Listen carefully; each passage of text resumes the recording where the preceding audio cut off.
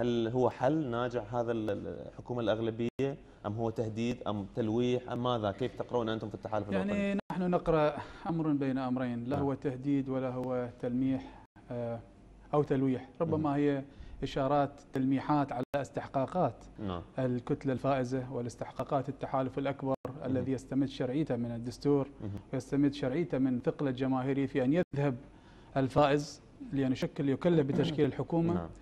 ويذهب الخاسر إن صح التعبير ليلعب دور المعارضة البناءة الإيجابية التي تقوم أداء هذه الحكومة وتنصحها بمشترك وطني هو المصلحة العامة، لا أن تذهب أن تعادي أو أن تحاول أن تقطع الطريق لتعرقل أداء هذه الحكومة، لأنه بالمقابل ربما الحراك السياسي والوعي السياسي إذا ما تبلور بشكل الإيجابي في مرحلة متقدمة من المستقبل سوف يكون هذا المعارض أيضا هو مكلف بتشكيل الحكومة، ولذلك لا يتأمل من الكابينة المعارضة البرلمانية إلا الدعم والنصح والتقويم.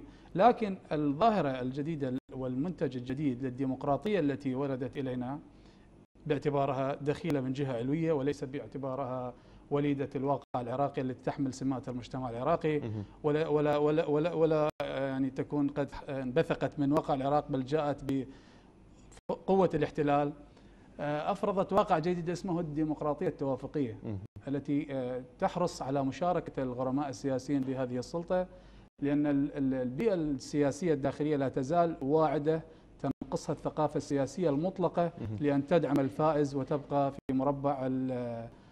في مربع المعارضة. ولهذا حصل ما حصل وذهبنا إلى تشكيل زج كل القوى السياسية في تشكيل حكومة أثقل كاهلها بعدد وزاراتها. طيب. وأثقل كاهلها بكثير من المناصب الترفيهية والزائدة عن الحاجة، وهذه الضرورة نؤشرها مؤشر سلبي في نمط إدارة الدولة، ولكن يعني مجبرا أخاك لا بطله، ننتظر يعني في حالة الوعي السياسي في المستقبل. رأيك سيد جواد، يعني هل ستنجح حكومة الأغلبية في ظل هذه الظروف؟ لو شكلت مثل هذه الحكومة؟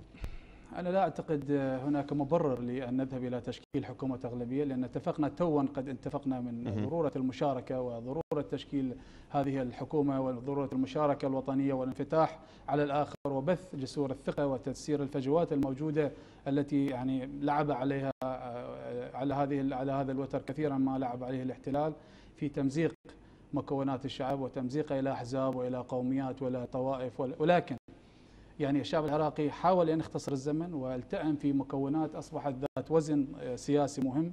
تبلورت هذه الأحزاب وتكتلت وائتلفت ضمن كتل محترمة، لعبت دور مهم في مجلس النواب وشكلت يعني مجلس محترم، نقلة نوعية من مجلس النواب السابق الذي يعني مع كل احترامنا له يعني قضى كثير من وقته في نزاعات وخصامات وصراعات سياسية. ولكنكم الآن أيضا تتنازعون يعني في البرلمان؟ أبدا، أنا لا أعتقد الاختلاف يعني النزاع، يوجد هناك اختلاف صحي له وليس هو سلبي. وأنت اعترضت على كلمة الصراع في بداية الحديث.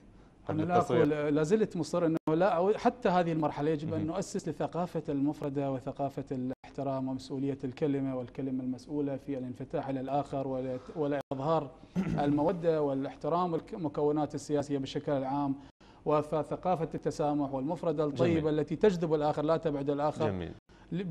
بغية حشد الجهد الوطني في سبيل إنجاح نظام سياسي بالتأكيد سأعود إليك سيد. دولة مدنية عراقية جديدة. جميل، سأعود إليك سيد.